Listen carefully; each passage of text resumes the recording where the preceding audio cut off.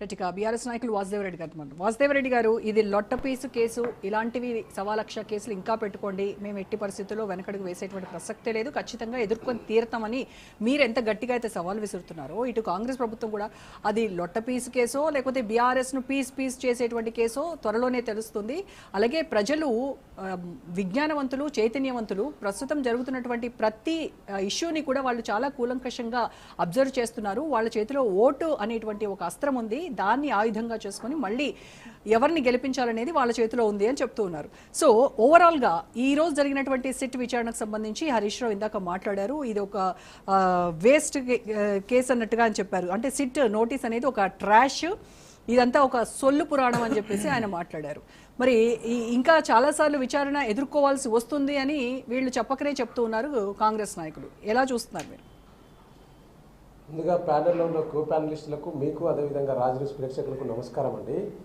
ఇవాళ ఈ యొక్క సిట్టు విచారణకు సంబంధించి ఈ రాష్ట్ర ప్రభుత్వం చేస్తున్న కక్షపూరిత చర్యను యావత్తు తెలంగాణ సమాజం కూడా ఇవాళ దీన్ని ఖండిస్తూ ఉన్నది, వ్యతిరేకిస్తూ ఉన్నది. నేను ఎందుకు ఈ మాట అంటున్నానంటే ఇప్పటిదాకా సతీష్ గారు ఏదో మాట్లాడినట్టున్నది, బహుశా టోన్ గుర్తుపట్టిన నేను, నా ముందర వీడియో లేదు టీవీ లేదు, సో కాబట్టి కాంగ్రెస్ ప్రతినిధి అనుకుంటా మాట్లాడింది. ఇప్పుడు ఈ 24 నెలల్లో రాష్ట్ర ప్రభుత్వం యొక్క ఇచ్చిన హామీలను నెరవేర్చిన సందర్భంలో ప్రజల పక్షాన ఉండి ఒక ప్రతిపక్ష పార్టీగా మా నాయకులు హరీష్ రావు గారు, మా పార్టీ వర్కింగ్ ప్రెసిడెంట్ కేటీఆర్ గారు ఎక్కడికక్కడ ఎండగడుతుంటే ఇది జీర్ణించుకోలేకుండా ఒక కుట్రపూరితంగా, ఎందుకు కుట్రపూరితంగా అంటున్నానంటే నేను నిన్న మధ్యాహ్నం మా మాజీ మంత్రివర్యులు హరీష్ రావు గారు ప్రెస్ మీట్ పెడతాడు తెలంగాణ భవన్ వేదికగా.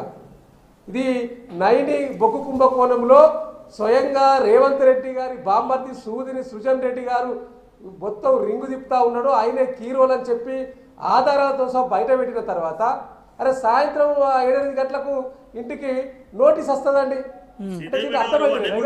అది అర్థమైతలేదా? ఇది కావాలని చేసిందని అర్థమైతలేదా?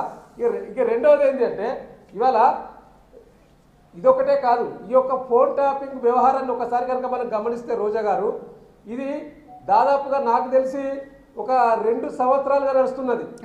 మార్చి 24 నుంచి ప్రారంభమైన ఈ ఫోన్ ట్యాపింగ్ ఇప్పటికీ 26 మార్చికి వచ్చినాం దగ్గర. సో 24 మార్చిలో స్టార్ట్ అయితే 26కి వచ్చినాం. ఎవరిని తేల్చింది లేదు. నేను ఒకటి అడుగుతా ఉన్నా స్టేట్గా ఇలా కాంగ్రెస్ ప్రభుత్వాన్ని, కాంగ్రెస్ ప్రతినిధిని, అయ్యా మీరు ఇంతమందిని విచారించిండ్రు, వాళ్ళ ఫోన్ నెంబర్లు ఒకసారి బయట పెట్టండి, ఏ ఫోన్లు ట్యాపింగ్ అయినాయో ఒకసారి బయటికి విడుదల చేయండి. అరే ఎవరికి వారు నా ఫోన్ ట్యాపింగ్ అయింది, నా ఫోన్ ట్యాపింగ్ అయింది, రండి విచారిద్దాం అని చెప్పి దీన్ని ఒక స్టంట్గా మార్చుకొని లీకులు ఇచ్చి పత్రికల్లో రాయిస్తూ ఉన్నారు తప్పితే వాస్తవం ఏందనేది ఇప్పటి వరకు ఎవరికైనా బయట పెట్టినరా? సిట్ అధికారులు పెట్టినరా? లేదా రాష్ట్ర ప్రభుత్వం చెప్పిందా?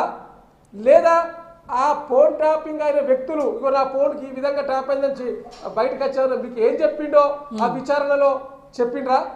ఇలా ఇంతకుముందే మా మాజీ మంత్రి హరీష్ రావు గారు చెప్పిండ్రు. ఇప్పుడు దాదాపుగా 5 గంటలు విచారించిండ్రు. 5 గంటల విచారణలో రికార్డింగ్ చేసిరు. మీరు దమ్ముంటే ఆ రికార్డు బయట పెట్టండి, ఏం మాట్లాడిండో సమాధానాలు చెప్పిండు. ఇది సీక్రెట్ కాదు కదా, ఓపెనే కదా. మీరు అడిగిన ప్రశ్నలు ఏంటి? మా నాయకుడు హరీష్ రావు గారు చెప్పింది ఏందో దమ్ముంటే ఆ వీడియోని బయట పెట్టండి చూద్దాం. అది పెట్టరు. ఎందుకంటే ఇది లీకుల ద్వారా వ్యవహారాన్ని నడిపిస్తుంది. ఈ యొక్క కాలాన్ని కాలయాపన చేయాలి. ఎందుకు కాలయాపన చేయాలంటే ఇప్పుడు కాలయాపన చేయకుంటే ఈ మధ్యలో జరిగిన ఎపిసోడ్ తెలుసు కదండి మీకు, రాష్ట్ర సమాజం ప్రపంచం అంతా కూడా చూసింది కదా. మొత్తం ఈ రాష్ట్ర మంత్రివర్గం అంతా ఒక దండుపాల్య మూటగా తయారయ్యి ఎవరికి వారు వాటాలు పంచుకుంటున్న సందర్భం మన కళ్ళ ముందు కనిపించింది కదా. ఇది మేము ఆరోపిస్తున్నది కాదు, ఇవాళ వారికి సంబంధించిన ఫేవర్ పత్రికలలో వచ్చింది కదా, వారికి సంబంధించిన న్యూస్ ఛానల్స్ లో వచ్చింది కదా ఏం జరిగింది అనేది.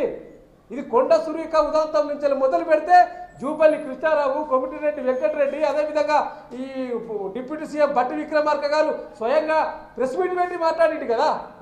ఇంకా రెండో ప్రెస్ మీట్ పెడతా, అన్ని విషయాలు బయట పెడతా అని చెప్పింది. మరి ఏమైందో ఎందుకు పెడతలేడో వారిని అడగాలి. మళ్ళీ ఏమైనా సూట్ కేసులు మారినాయా లేకపోతే ఇంకేం మారినాయా వారిని అడగాలి. సో ఇవాళ మేము చెప్తున్నది కాదు, మీకు అయితే- మీరే అయితే వాటాల వాస్- కోసం కొట్లాడుకొని బజార్న పడతా ఉన్నారు. వాసుదేవరెడ్డి గారు, బజార్న పడితే వాసుదేవరెడ్డి గారు. అయ్యో అసలు మొత్తం రాష్ట్ర పరిపాలన మొత్తం అధోగతి పాలవుతున్నది. ప్రజలకు ఇచ్చిన హామీలు ఏమైపోయినాయి? మీ వాటాల గురించి కొట్లాడుకోవడం కాదు. వాసుదేవరెడ్డి గారు, ప్రజల వాసుదేవరెడ్డి గారు, ఆలోచించండి అని చెప్తున్నారు కేవలం కదా. కాంగ్రెస్ లో కేబినెట్ మంత్రులకు సంబంధించినటువంటి వాటాల పంచాయతీనే కాదు, బీఆర్ఎస్ ప్రభుత్వ హయాంలో అప్పుడు ఉన్నటువంటి పెద్దలు, కాంగ్రెస్ ప్రభుత్వ పెద్దలకి మధ్య కూడా కొన్ని ఒప్పందాలు ఉన్నాయి, కొన్ని వాటాలు ఉన్నాయి. సో వాటికి సంబంధించి కూడా ఇప్పటికీ స్టిల్ తగాదాలు నడుస్తూనే ఉన్నాయి. సో అందుకోసమనే కాస్త అటు ప్రేమ లేకుండా ఇటు ద్వేషం లేకుండా రెండు కాళ్ళ మీద పడవలేసుకుంటూ వెళ్తోంది కాంగ్రెస్ ప్రభుత్వం అని బీజేపీ అంటోంది.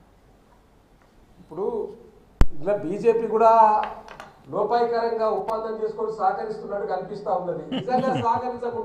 నిజంగా సహకరించకుంటే మీ చిత్తశుద్ధిని నిరూపించుకోవాలనుకుంటే ఇవాళ కేంద్ర బొగ్గు గనుల శాఖ మంత్రి ఉన్న కిషన్ రెడ్డి గారు బొగ్గు కుంభకోణంలో మొత్తం పెద్ద ఎత్తున బొగ్గు కుంభకోణానికి పాల్పడ్డది ఈ ప్రభుత్వం అని మేము ఆరోపిస్తా ఉన్నాం.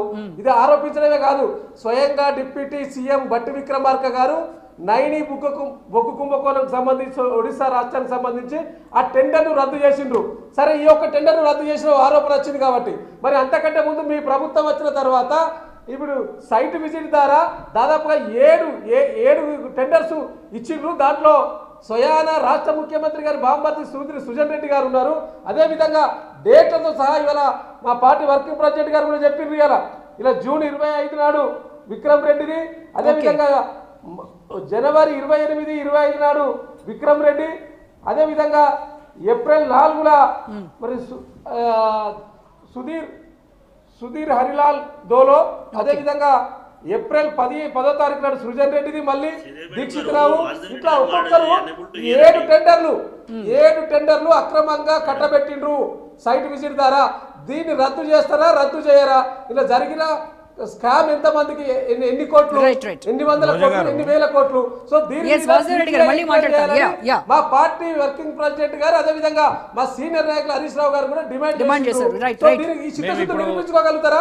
అసలు ఎందుకు మాట్లాడతలేదండి బీజేపీ ఇప్పటి వరకు? అడుగుదాం దిలీప్ ఆచార్య గారు. ఒక నిమిషం సతీష్ గారు ఒక నిమిషం.